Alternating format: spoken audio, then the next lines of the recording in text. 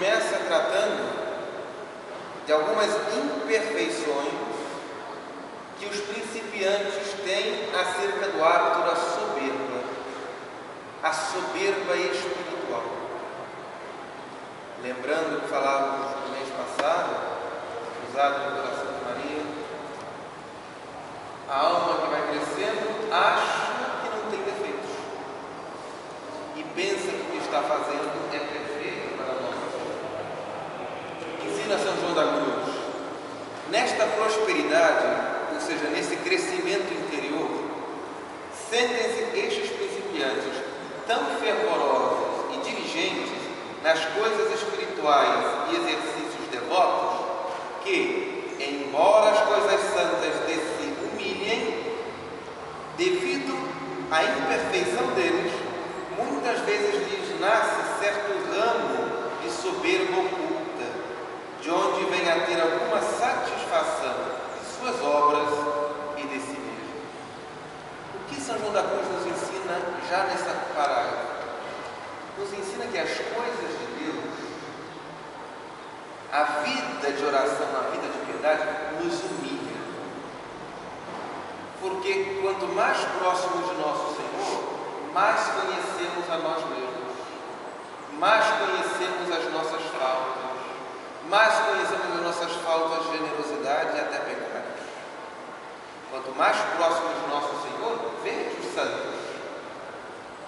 São humildes. Ficam diante de um elogio dos santos, eles não sabem nem o que fazer, porque eles não acreditam. Porque eles se sentem tão pequenos. Mas o que acontece com o principiante? O que acontece conosco?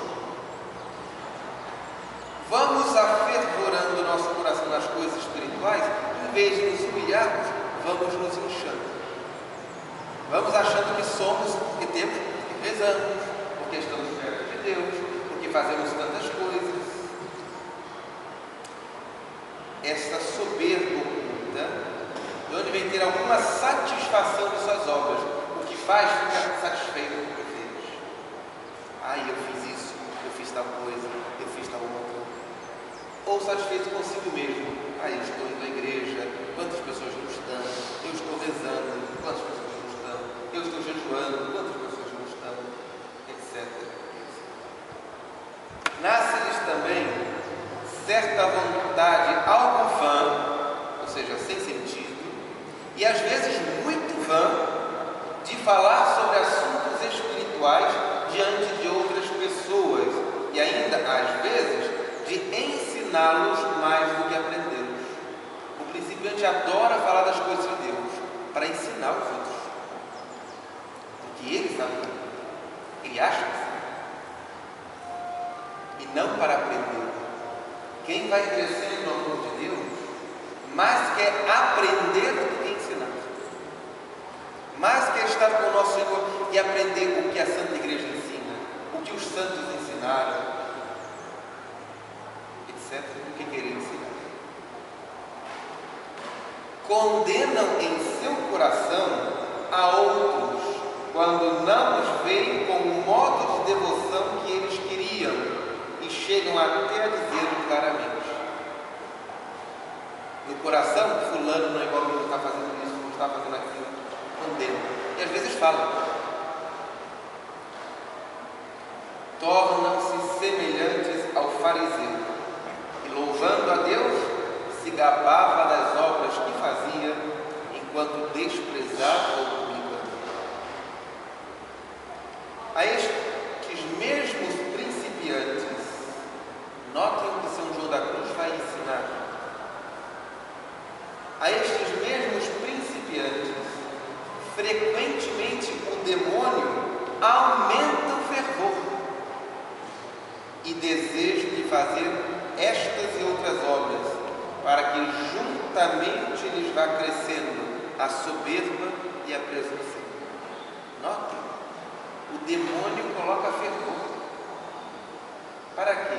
Para que a alma faça mais coisas e ache que seja já uma santa, ache que seja um santo. Já está fazendo tantas coisas. Sabe muito bem assim praticadas na soberba, não somente não vale nada, de nada valem, mas se tornam prejudiciais a eles. Essas obras não têm valor nenhum para Deus, feitas por soberba, só para aparecer. E mais, prejudicá-lo. Porque a alma pensa que está mais perto do Senhor, se afasta. E a tanto mal costumam chegar alguns, que a ninguém quereriam parecer-se bom, senão eles mesmos. Chega a tal ponto que acha que todo mundo é tão mal e tão perdido, só ele é bom. Todo mundo faz tudo errado, só ele faz tudo certo. Assim, com obras e palavras, aproveitam toda ocasião, qualquer ocasião, para condenar e difamar o próximo, em vez de considerarem a trave que tem nos seus olhos. Ficam a observar o cisco nos olhos do seu irmão. Coam o mosquito alheio e engolem o próprio caminho. A alma torna-se dura para condenar os outros, mas se acha muito. Às vezes também, quando seus mestres espirituais, confessores e prelados, ou seja, quem dirige aquela alma, não lhes aprovam o espírito e o modo de proceder, estes principiantes, desejosos de ver suas coisas estimadas e louvadas, julgam não ser compreendidos. O meu confessor não me entendeu, o meu diretor espiritual não me entende. Ou, pior, acham que os mestres não são espirituais. Começam a julgar o diretor espiritual, ou o confessor, porque não aprovam ou não condescendem com o que eles querem. Consequentemente, logo desejam e procuram tratar com outros que lhes quadrem a busca. A alma quer fazer muitas coisas, quer fazer jejuns, fazer tantas orações, fazemos e o diretor diz, não é assim. Não, porque esse padre não tem devoção, por isso que eu não. O que ele vai? Procura hoje. O diretor espiritual que aprove o que a alma quer fazer.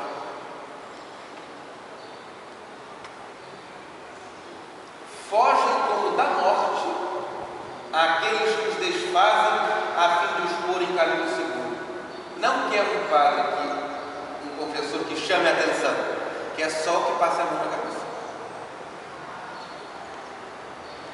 Chegam até a tomar ojeriza deles.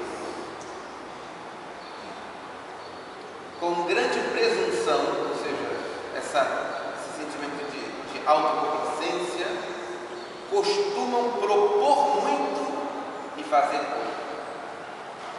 Para Jesus não fazer muita coisa, vou rezar, mas na hora de fazer, tem por vezes muita vontade de serem notados pelos outros quanto ao seu espírito de devoção. Quando for rezar, tem que chamar a atenção. Quando estiver na igreja, tem que chamar a atenção. Para isso, dão mostras exteriores de São João da Cruz, de movimentos, suspiros e outras cerimônias. E até alguns arrombamentos. Hoje chamam repouso. Até alguns arrombamentos. Em público mais do que em segredo. Acontece só para os outros. Nos quais nos ajuda o demônio. Tem complacência e muitas vezes desejo de que se veja aquilo, para que os outros vejam. Continua, Sandra. Muitos querem ter precedência, querem ir à frente, querem ser considerados à frente, e privação com os confessores. Tem que ter tempo para ele, tem que ter tempo para ela, senão só para ele ou só para ela. O padre tem que estar à disposição, querem precedência e privação. Não pode ser um confessionário, tem que ser a sós, uma sala, tem que ser inquietação. De onde nascem 1000 invejas e inquietações. Inveja, acho que o padre dá mais atenção a unha, dá mais, etc. Tem vergonha de dizer seus pecados claramente. Para falar, dá voltas, para que não se fale claramente. Para que os confessores não os tenham em menos conta. Para que não fique mal na frente do confessor. É como se alguém fosse ao médico e por vergonha não dissesse que está doente. Ah, não, eu estou com vergonha, eu estou no médico, não posso.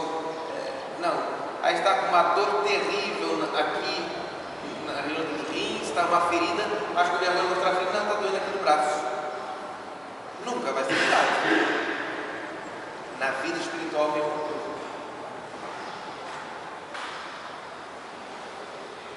E na acusação de suas culpas, na hora da confissão, vão colorindo e disfarçando, de modo a dar-lhes a aparência de menos graves.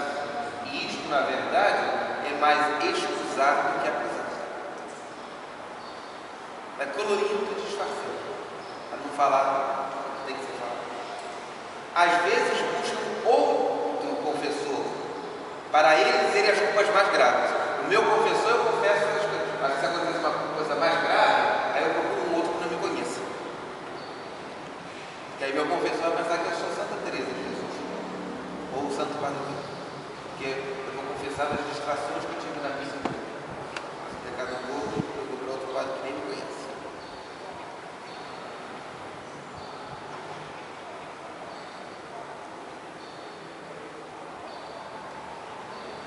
Para tal, insistem em só dizer o bem, com o seu confessor habitual, que há neles, e com termos encarecidos o desejo de que tudo pareça melhor.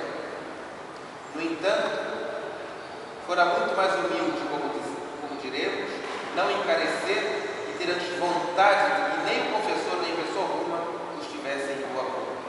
Na verdade, a alma cresce com humildade quando ela tem que pensar, o meu confessor tem que pensar bem de mim. Ele tem que me ajudar a curar minhas faltas, a curar minhas tendências, a curar minhas dificuldades, a sarar meus pecados. Também alguns destes têm em pouco suas faltas. Cometem o pecado, mas acham que não é muito grave. Quantos católicos? Eu não me confesso porque eu não tenho pecado. São os pecadinhos de cada dia. Tem pouca coisa as suas faltas. Outros se entristecem demais quando veem suas quedas, pensando que já deveriam ser santos. Quando vê que caiu feio, entra numa tristeza profunda. Por quê? Porque a soberba era tão grande, ele achava que não podia nunca cometer aquilo. E assim aborrecem-se contra si mesmos com impaciência, o que é outra imperfeição. A impaciência é uma outra imperfeição. Costumam ter grandes ânsias de que Deus lhes tire as imperfeições e faltas, mais pelo motivo de se verem sem a importunação delas em paz, do que por amor de Deus. Pede a Deus para tirar suas faltas e pecados, não é tanto porque o pecado ofende a Deus, mas que ele não queria ser imperfeito. Esquece que seus pecados, em primeiro lugar, antes de manchar a alma, ofendem a nossa vida. E é por ele que Deus tem lutado contra os pecados. Não é só para ter um currículo vitae da nossa vida limpinho. É para não ofender a nossa vida. Não repara que se ele as tirasse, ou seja, se Deus Nosso Senhor tirasse logo essas almas dessas imperfeições, se tornariam, porventura, mais soberbos e presunçosos. Porque aí a alma vai se achar santa, perfeita.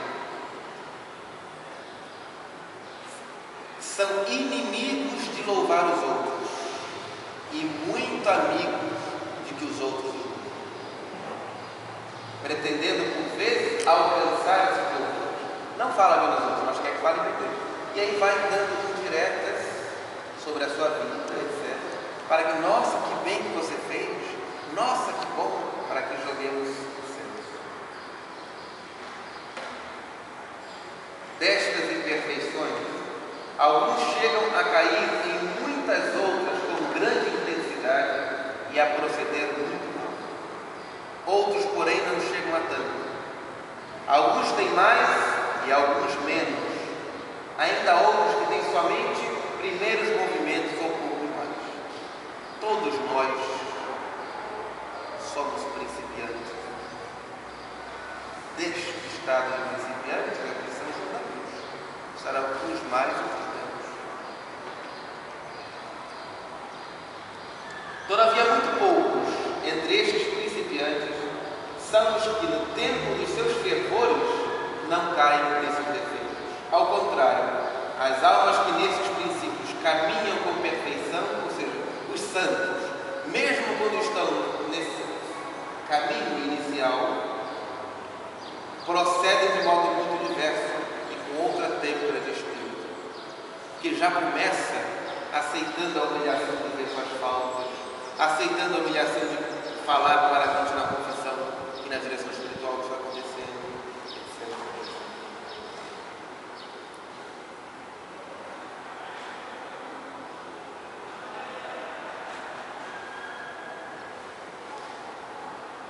E São João da Cruz agora vai explicando como a alma, eu vou saltar para não tardar muito, estamos quase meio-dia, hora de terminarmos.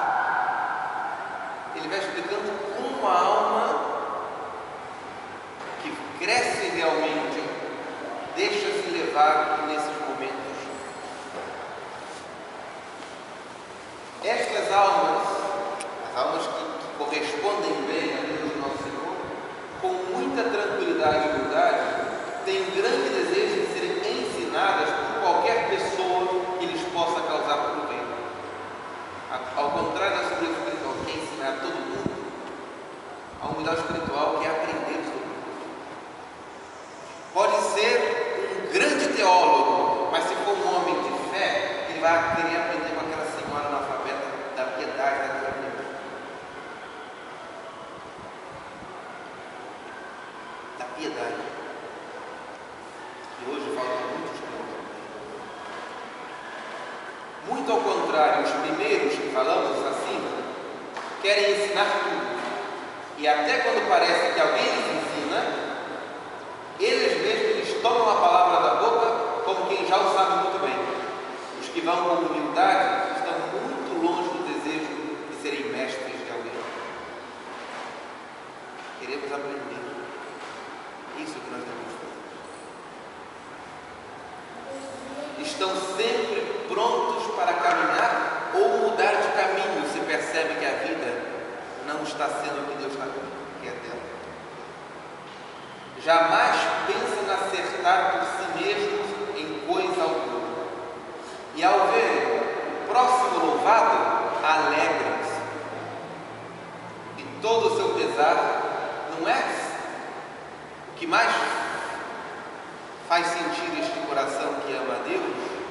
Não é que os outros não conheçam, o louvem, o queiram bem, mas é não servirem a Deus como os outros o fazem. Não têm vontade de dizer suas coisas, porque as têm em tão baixa conta que mesmo aos seus mestres espirituais lhes custa falar pensando que não merecem ser ditas. Porque podem fazer coisas grandiosas, mas diante da grandeza de Deus, sabem que são pouco e acham que é quase nada. É esta a disposição própria do Espírito, simples, puro e verdadeiro, e muito agradável a Deus.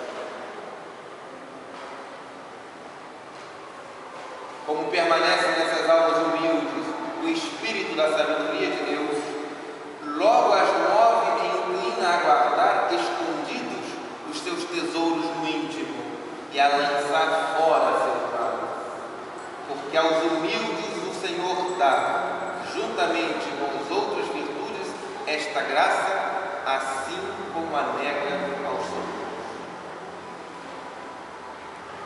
Darão esses humildes o sangue de seu coração a quem serve a Deus, e ajudarão quanto lhes for possível para que ele seja servido. Essas almas humildes não querem ser grandes, mas quando vê alguém servindo a Deus, quer ajudar, porque o que importa é que Deus seja servido e não Deus.